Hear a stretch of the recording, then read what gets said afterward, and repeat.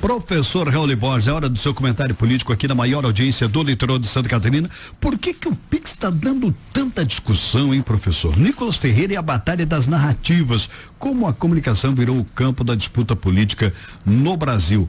Eu já dizia o Chacrinha, quem não comunica se trumbica, né? E eu acho que esse tem que ser o ponto da nossa análise, Flávio. É mesmo? A comunicação política. O quanto isso mudou no Brasil nos últimos anos e o quanto tem gente fazendo bem isso.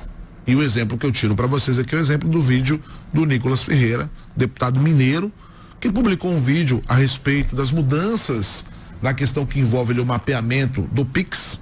Sim. E esse vídeo viralizou. São mais de 250 milhões de visualizações. E derrubou o que o governo imaginava em termos de mudanças no Pix. Fez o governo voltar atrás. Gente, isso é muito poderoso.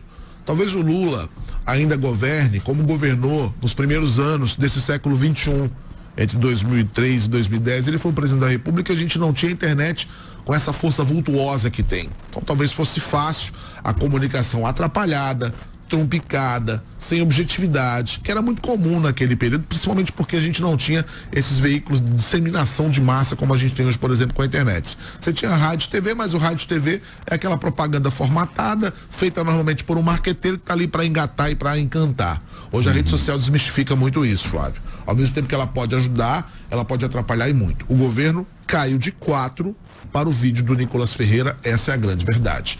Inclusive, gente, aconteceu uma reunião no Palácio do Planalto com o presidente da República, com a comunicação e com ministros da confiança para tratar do vídeo do Nicolas. Então isso é muito poderoso, né? Vamos parar aqui todos os nossos alfazeres, fazer uma reunião de emergência para falar do quê? Do vídeo do Nicolas.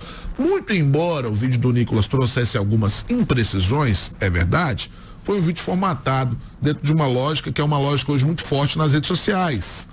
Uma música forte, um tom escuro, uma fala sóbria, ao mesmo tempo que ele diz que não há ainda a taxação sobre o Pix, ele afirma que esse pode ser um próximo passo do governo. Isso assustou geral. Claro. Assustou geral, aumentou a comoção pública, aumentou a preocupação pública, a opinião pública fez valer a sua força e o governo voltou atrás. E o governo agora quer tentar dividir esse ônus com o Congresso Nacional a partir de uma medida provisória e recalcular a rota, como a gente está falando ultimamente, né? O que significaria recalcular a rota? Começar do zero.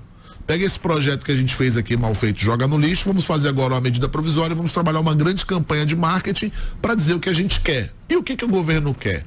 O governo dizia que queria, primeiro, mapear as operações Pix acima de R$5.000.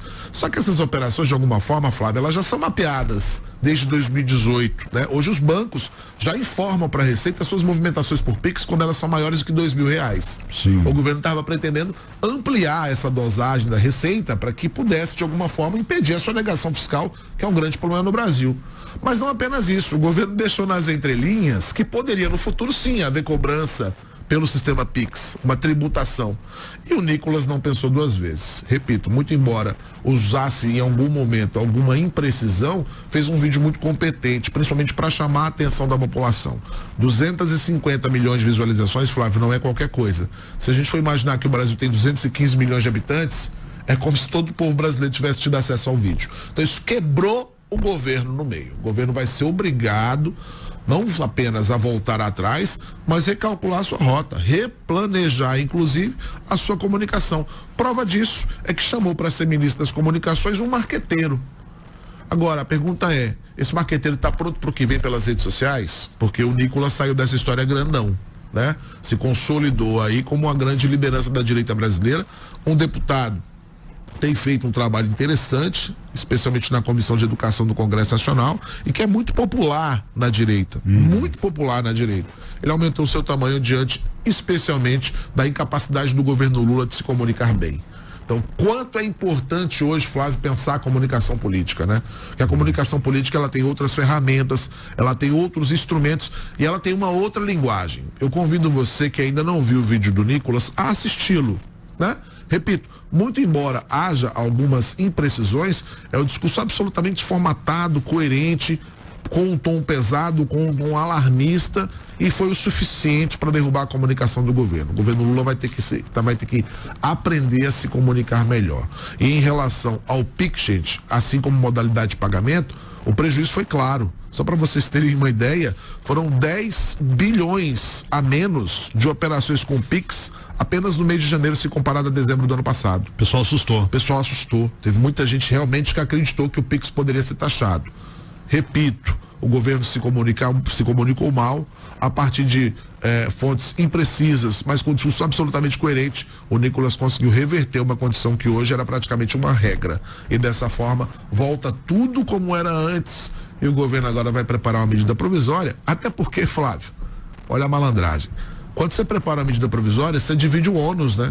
Deixa de ser uma coisa apenas da Presidência da República. Por quê? Porque o Congresso vai ter 90 dias para se adequar àquela medida provisória, aprovar ou derrubá-la. Então, se for aprovado dentro do Congresso, e aí o governo prepara toda a sua estrutura, todo o seu arcabouço, toda a sua presença política para tentar modular o Congresso para aprovar a medida. Aí, dessa forma, o governo divide o ônus. Quer dizer, um passo diante de uma situação em que o governo talvez já tenha um objetivo muito claro em relação ao Pix e agora vai buscar, através de uma formatação de lei, alcançar esse objetivo.